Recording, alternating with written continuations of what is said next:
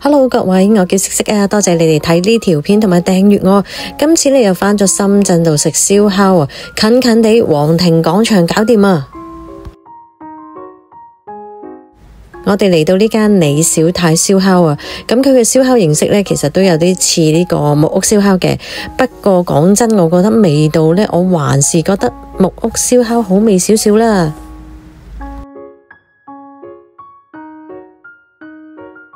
講真啊，味道呢唔係話唔好味嘅，不過對於我重口味嘅人嚟講呢，我就覺得爭咁少少啦。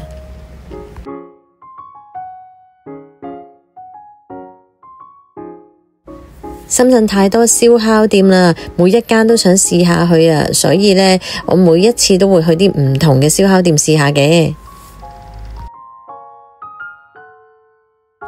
去到尾聲啊，真係好飽啊！呢一個米粉，我記得好似食咗一兩啖呢，我就打包返香港啦。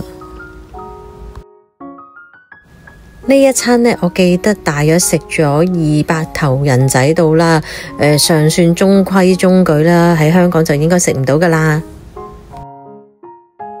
如果各位呢都中意我呢啲即周圍食嘅生活短片，請記得訂閱、分享、讚好同留言。下條片再見，拜拜。